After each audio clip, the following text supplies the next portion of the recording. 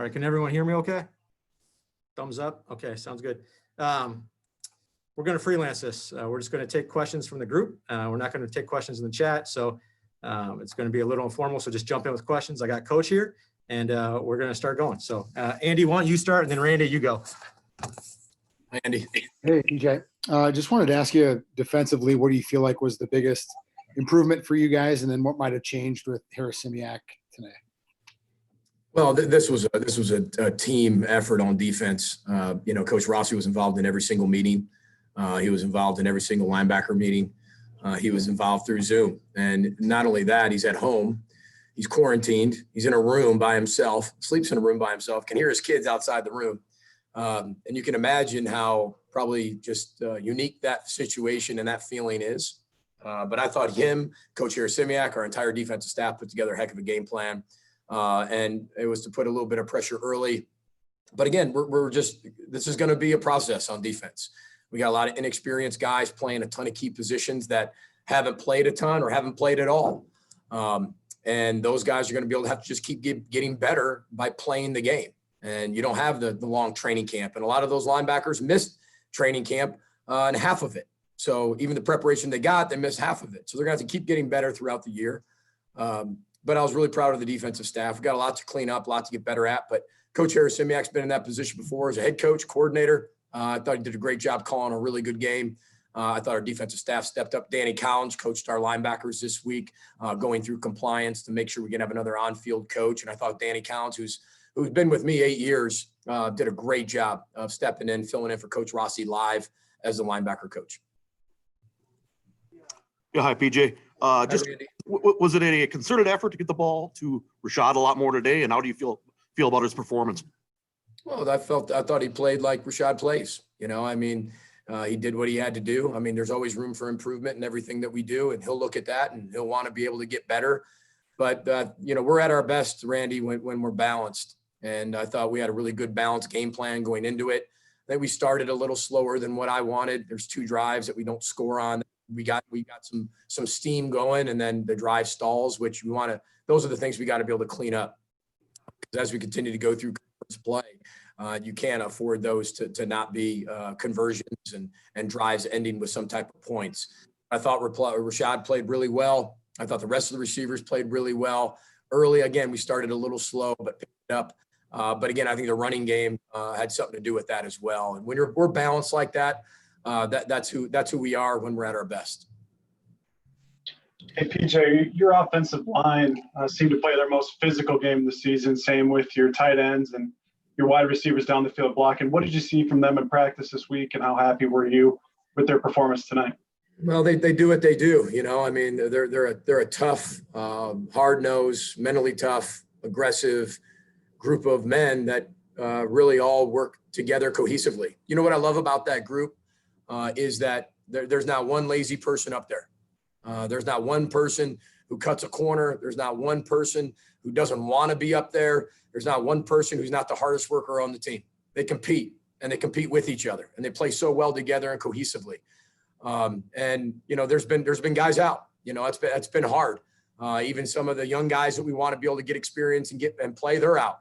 So that's the group we're rolling with, and even Nathan Bowe getting in there and playing. The 2020 is all about next man up. Got to get a lot better, clean up some things. But what I loved is, our style of football, pushing piles, getting first downs, running the ball on third down at times, moving the chains, just playing downhill, aggressive football. Hey, PJ, young D linemen like Boye, Assezi, D'Angelo, Carter impacted a lot of plays today. What are your initial impressions of that group's performance? Well, we got some pressure early with bringing some additions, some blitzers and some singles and things like that. But I thought as the game went on, when we're just rushing 4, I thought they came into their own. But like D'Angelo, Carter, I thought Micah Treadway, Rashod Chaney interiorly did a really good job of getting penetration. And that really frees up single and solo blocks on the outside, especially in the run game, but obviously the pass game. I thought Boye did a great job. Chad Wilt's done a great job with this group. It's hard losing Winston. It's hard losing Carter Coughlin. Carter Coughlin sacked Tom Brady the other night. It's hard, and especially when you're not the guy and to be in that moment. But Assezi, Boye, I thought they played really hard tonight. I thought they played with really good technique.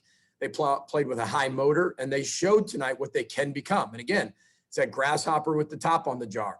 And they're starting to realize what they can be if they just go. And sometimes you need a little bit of confidence and a little bit of success, or a little bit of success to breed that confidence. But, the first few games were tough. Were really tough. And, but we were more consistent tonight. PJ, what did you see maybe from a bigger picture team perspective that might have been missing the first two games tonight? Just anything that jump out? Well, there's so much, and I know it doesn't make a lot of sense maybe if I say this, but there's so much inexperience. And what makes our program and culture really special is the togetherness of it. It's the closeness of it. It's the ability to spend time together. It's a developmental program. And when you lose a lot of time to develop people, you're seeing a lot of experienced teams maybe have an easier transition in 2020. But when you're inexperienced, it's hard to get that transition because you've lost so much development, and we pride ourselves on that. We're not bringing in 17 junior college players at a time or 10 transfers. These are the next guys in line, and they're younger or more inexperienced, but that's what the next class is going to bring in. And again, there's remember the line of success. I mean, Heather had to remind me of that this week, of my own stuff, the line of success. And you went up and then boom, oh gosh, we're 0-2. And then we come back up, we change, we stay consistent, we stick to our plan. And we just continue to get better. And that it's a 1-game season. That's it. We were able to win the Illini game. That's it. That's over, done with. Now we got to get better and change our best. PJ, what has your reaction been to Mo and how he's been so successful, not just tonight, but throughout the first 3 games? I think he's one of the most special backs in America. And when you see him walking down the street, you wouldn't think he's a Big Ten running back. He's not the biggest, not the strongest, not the fastest, but he's got incredible vision. I mean, he, like Superman. Remember when Superman used to look and, he can see and feel blocks and holes, and he's got a great spatial awareness about him. And he plays so low, his center of gravity, and he's explosive and strong. But again, it starts with the camaraderie with the offensive line and tight ends. And, he's a very selfless player. He's a wonderful leader, tremendous person, and somebody who really led our movement of the Here initiative. As well as Coney Durr, and wants to be a part of change, and shared a lot of personal stories with our football team. So we're doing everything we can in unique times to continue to keep our team and bring our team closer together and more as a family when really our whole country's trying to tear everything apart. It's nice to be able to have these guys come together tonight and really show what we can do. PJ, you talk about the difference between stress and pressure. Does stress come in at all going 0-2 and doing it in the way that you did? Yeah, it does. I mean, it's all around you. It's what you value and what you allow in. And that's constant education, Andy, to our program of reminding them that stress is what you cannot control. Keontae Shad not playing, can't control that. The guys still being out with COVID, can't control that. Guys opting out, can't control that. Lots of things changing on the depth chart, can't control that. Only 25 people in a room in a hotel, can't control that. And so we do everything we can to switch our thinking to pressure, where whatever circumstance we get thrown, whatever thing happens, we are going to internalize it, have high expectations, and control it the way our program and culture control it, which is very difficult for 18 to 22-year-olds who live on social media, who live on their phone, and believe everything that's on the outside world. It's incredibly difficult to get everybody rowing the boat in the same direction, same speed, same efficiency. And that's what Row the Boat's all about. We went back to the basics, went back to all the Row the Boat teaching again this week. We didn't talk about 0-2. We actually had a team meeting last night, which was kind of a funny team meeting, but I read him a book, Everyone Poops. I know that sounds crazy, but because we didn't play very well, but poop can be used as fertilizer if you grow. And in Minnesota, we got lots of farms, and the poop is actually manure. It can help with crops and the best fruit and vegetables. And that's what we talked about last night. So you guys know me. I'm an elementary school teacher at heart. So I think everybody's read that book to their children at some point. So it was a very unique team meeting, but I think we got the message across. They played okay. Could you assess your special teams play today? How you felt about? Well, for the first time, I'm really proud of Mark Crawford. First time he's ever kicked live in this country, let alone have a chance to be able to do what he did tonight. I thought our kickoff team covered really well. I thought having Dragon back really helps. I don't think anybody understands how difficult that is. With Brock Walker did a great job for us, but he had surgery and he was coming off surgery and he could only kick so far. And when you're limited to say, okay, you can only kick up to this amount of space, and then you got to adjust your kick because he's only going to kick off. And everybody's like, well, don't they have other kickers? Yeah, they weren't available. We have other punters. Yeah, but they weren't available. They all live together, everyone. Right. So there's that. This was the one. And so you got a squib, you got a sky kick, but you can only kick the ball so far. You can only use so much strength. So it's good to have the arsenal back where, we got to continue to get better in that. But I thought we covered well. I thought our guys communicated well. We tackled well, but so much room for improvement. Are we all set with Coach Fleck? PJ, we got Iowa next. What does this one mean? It's the next right step. It's the next game. Obviously, it's a huge rivalry game for us. I think everybody in the state of Iowa and the state of Minnesota knows how important this game is. 2020 or not, it's a really big game. It's a really important game. They're all really important. When you're playing an all-league schedule, they're all really important. This one happens to be a rivalry, and we'll focus in on that. We'll get our team as prepared as we possibly can in this short week. You basically have a day and a half, because we won't be back till basically late tonight. So it's almost a day and a half of a setback. But we've been preparing. Our coaches have been preparing, and we'll make sure they're ready to play. But it's the next game. All right. Thank you, everyone. Thank you, Coach Fleck. Thanks, everybody. Thanks for joining us out here today. Thanks. See you. Roll the boat, Scotty. Go Gophers. Thank you, Coach. Yeah, thanks, everyone. We'll have Tanner Morgan, Mohamed, Ibrahim, Rashod Bateman, Mariano, Sori-Marin in here in a moment.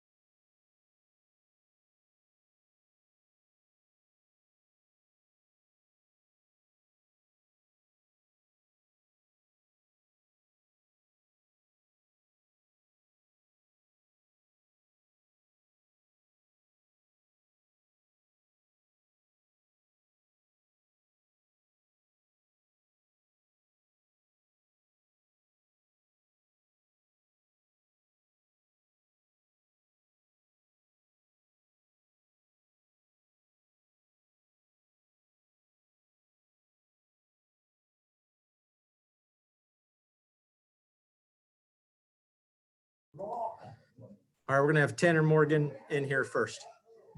We'll do the same thing. Just jump into questions. If you have one for Tanner, go ahead and ask it. Get down, buddy. What's up? What's up? Tanner, what does it feel like to get the first win of 2020? It's definitely a feeling, being able to go 1-0 in this Illinois season. So definitely really proud of our team, the way that we played today, and extremely excited for our guys. Tanner, do you feel you needed to get Rashod in the game early, get him a lot of catches toward him? Oh, I mean, he's a huge playmaker. So we had opportunities to give him the ball, and our coaches did a great job of being able to scheme stuff up to get him open and get him touches in his hand. He did a great job getting open and making plays. Tanner, what's it like seeing a guy like Mohamed having the kind of tear he has been on the last 3 games? I mean, it's a statistically anyway, a historic run the last 3 games. Yes. I mean, it's Mo. Like, our offensive line, Mo, our tight ends, they're doing an elite job of being able to create things on the ground and get things going. And I mean, Mo's different. He's truly different. You guys have seen it, like, period, doing an elite job, and our other backs are doing an elite job too. It's definitely something that we're extremely proud of as an offense and as a team, for sure. Tanner, what do you think of the Tanner, the passing game seemed like it had a little bit more of a spark tonight than it had in previous games. What do you think was working different or better for you guys tonight than in the previous games? I think guys were making plays, and there was a couple times where I missed some throws, and that's unacceptable, can't happen, and we would have had some more stuff going on, but we just were able to execute our plays and do what was called, and be able to execute what was open and take advantage of what the defense was giving us. When you can run the ball extremely well, it definitely makes things easier on the outside and all kinds of stuff. Vice versa, offensive football. So extremely proud of our coaches and extremely proud of our team for being able to just execute. And our coach had a elite game plan, so that definitely helped us out. Hey, Tanner, what'd you think of the O-line's physicality tonight? I even saw you in there pushing the pile a little bit. Yeah. Our offensive line did a great job, man. Those guys take pride in that, take pride in being able to finish games, take pride in being able to create that physicality in that run game, being aggressive. And our line did a great job of that tonight. And, we did a great job of being able to respond and finish a game. And that's something I'm extremely proud of our offensive line for, and definitely happy to have those guys for sure. Hey, we'll take one more for Tanner. Tanner, what did you think of the everyone poops story? I mean, that's Coach Fleck. It hit perfect. It hit perfect of being able to grow and how it connected with our week theme. And I think our guys really took to it. And I think it was perfect. It was perfect for us. All right. Thank you, Tanner. We'll have Mohamed Ibrahim in here in a moment, then followed by Rashod Bateman and Mariano Sori-Marin. I don't think that was. Thanks, Tanner.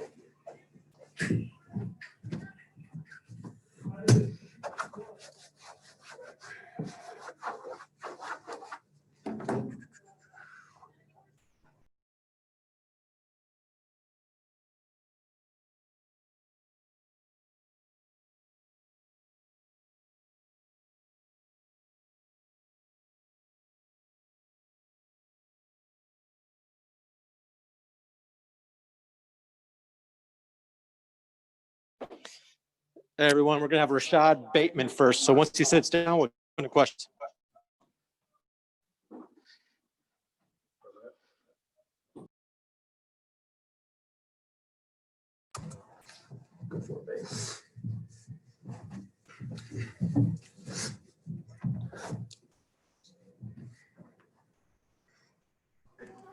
Rashod, you got going early today with a couple catches right away. Did that feel got you really into the game? It did, thanks to Coach Sanford and Coach Simon, ball in my hands early, and the rest of the teammates, you get a feel for the game and you go for their try. So credit to them. So I Rashod, what just about the team's overall performance stood out to you today that might have been missing the first 2 weeks? I just think that we clean up all our details on both sides of the ball. The offense, we were able to finish the game, and defense was able to get us stopped so we could put the ball in the end zone. Today we finally put all the details together and everything clicked for us. Can you walk us through your touchdown catch? Did you have to take your eyes off that one? Yeah, for a minute I did, and then I had to look back up at it. So it was a pretty tough one.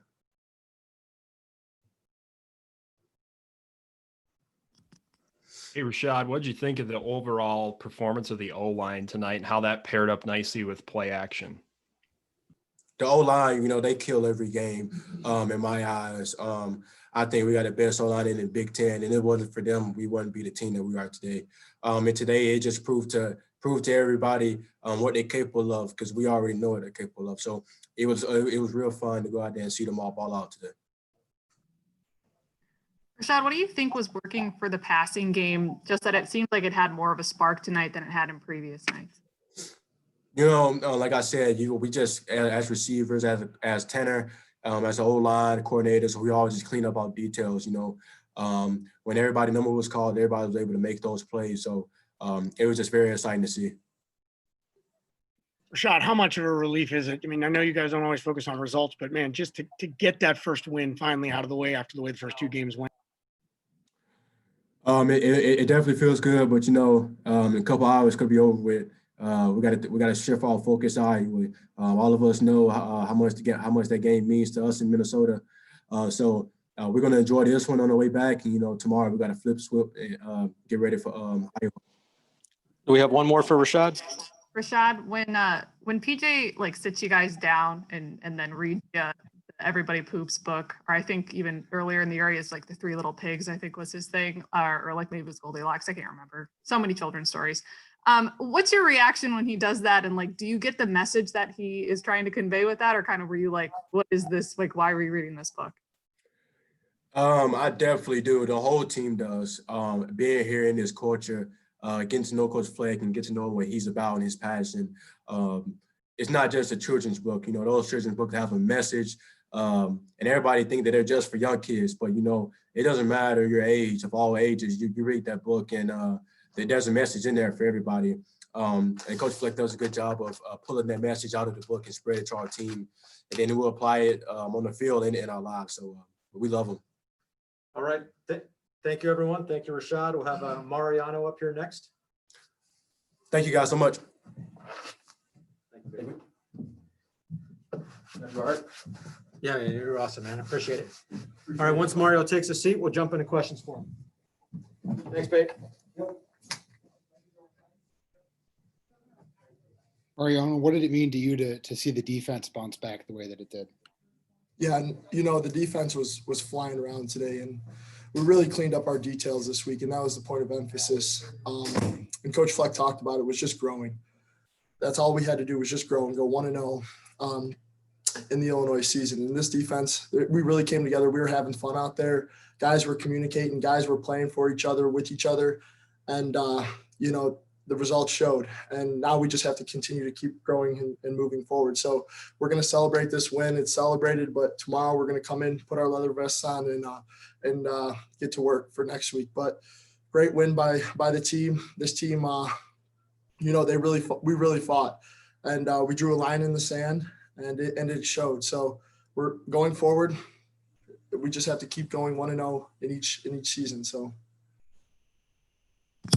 Mariano, what was the defense's reaction when you heard about, Coach Rossi not being able to be at this game because of his COVID-19 diagnosis, and just like, how did you guys react to that? And then how did you, take to Joe Harrisimiak kind of stepping into that role? Yeah, we don't let our circumstance dictate our behavior, and that's exactly what the defense did. Coach Harrisimiak, next man up, did an elite job today calling the game, but he told us at the beginning of the week when we found out the news that the call doesn't matter. The person sending the call onto the field doesn't matter. And it's the same calls that Coach Rossi would have called. Coach Rossi was with us all week scheming, and the whole entire defensive staff, Coach Rossi, Coach Harrisimiak, everybody did an elite job, but it wasn't the call. It was the players coming together with the coaches to focus on the details and execute them. We had talked about just executing and growing, and that's exactly what happened today. So we're happy with that.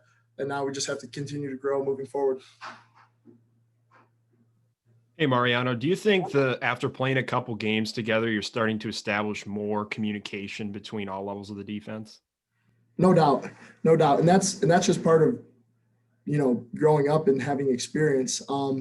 This was a new group of guys at the beginning of the season, and now we're really starting to come together and work some of the, the kinks out. But, like I said, we really played together today. This defense was flying around all levels, Boye, Big O, Mike Adu, everybody on the D-line flying around, guys in the secondary flying around, and then linebackers flying around. So we just have to continue to come together and grow from these experiences and keep changing our best. Do we have any more for Mariano? Is everyone all set for Mohamed? Mariano, what? All right, we'll take one more. Go ahead, Andy. What would you say is, obviously you guys differentiate between pressure and stress. With you guys struggling defensively, does it become stressful as it adds up as to why you guys are losing? Not at all. I mean, it's all pressure, because at the end of the day, we know what we have to do, and we put that on ourselves. So we can control the outcome, and that's why it's pressure. So it's not stress. With our actions and our process, we get the results that we want. And that showed this week. So we focused on the details. We came together. We worked on communication. We worked on everything from the last 2 weeks and put it all together. So at the end of the day, it's pressure. It's not stress. And we have to continue to put the pressure on ourselves to continue to grow and change our best each week and go 1-0 in the next season. All right. Thank you, Mariano. Thank you, We'll have guys. Mohamed up here next.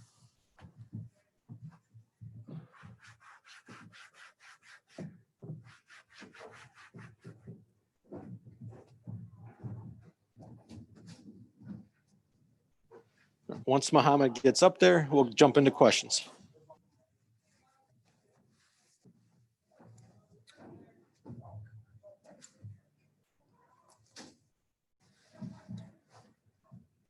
Does anyone have any questions for Mohamed? Mo, hi, how are you? How you doing? Good. What's been your secret this year? You've been so solid throughout 3 games and then, 2 back-to-back 200-yard games, 4 touchdown games. I mean, what do you think has been the difference for you to be so consistently successful every game this year? I would say is take it one day at a time. Being behind Rodney and Shannon, they always told you that every game is his own game. So, preparing for the Michigan week, you took it one day at a time, preparing like it's your last game. And then every day you come into the facility with a new mindset, which you want to attack that day. And every day you get better. And that's the only thing you really can do, change your best. And that's really what we've been doing lately. Mo, do you feel that Rashad's success on the outside help loosen things up for you in the running game?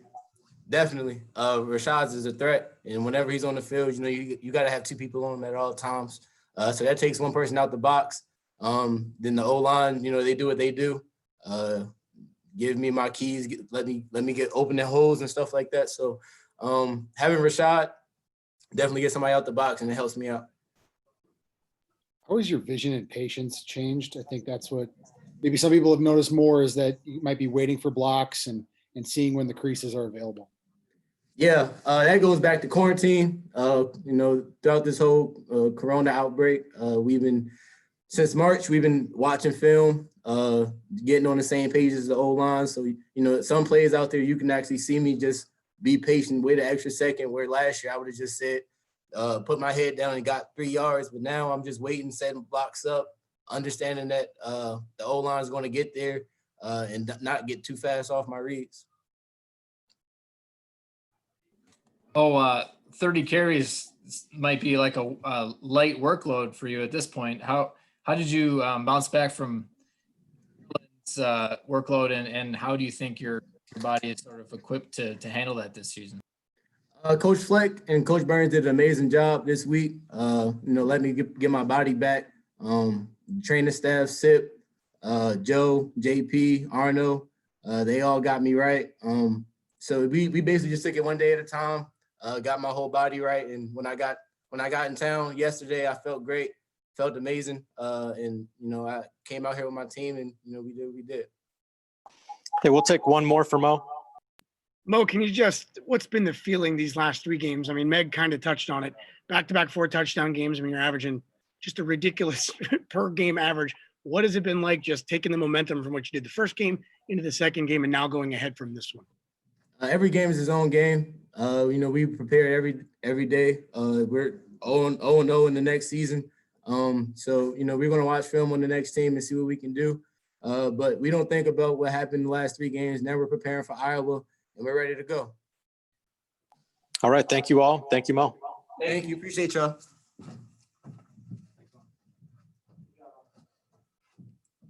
Thank you, everyone.